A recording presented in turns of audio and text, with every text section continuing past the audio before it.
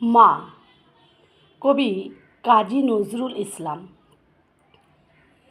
যেখানেতে দেখি যাহা, মায়ের মতন আহা।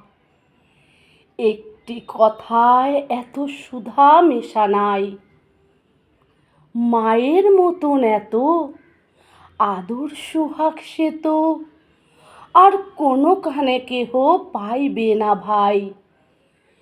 হেরিলে মায়ের মুখ, দূরে যায় সব দুঃখ। মায়ের কোলেতে শুয়ে জুড়োয় পরাণ, মায়ের শীতল কোলে সকল যাতনা ভোলে। কত না সোহাগে মাতা বুকটি ভরান।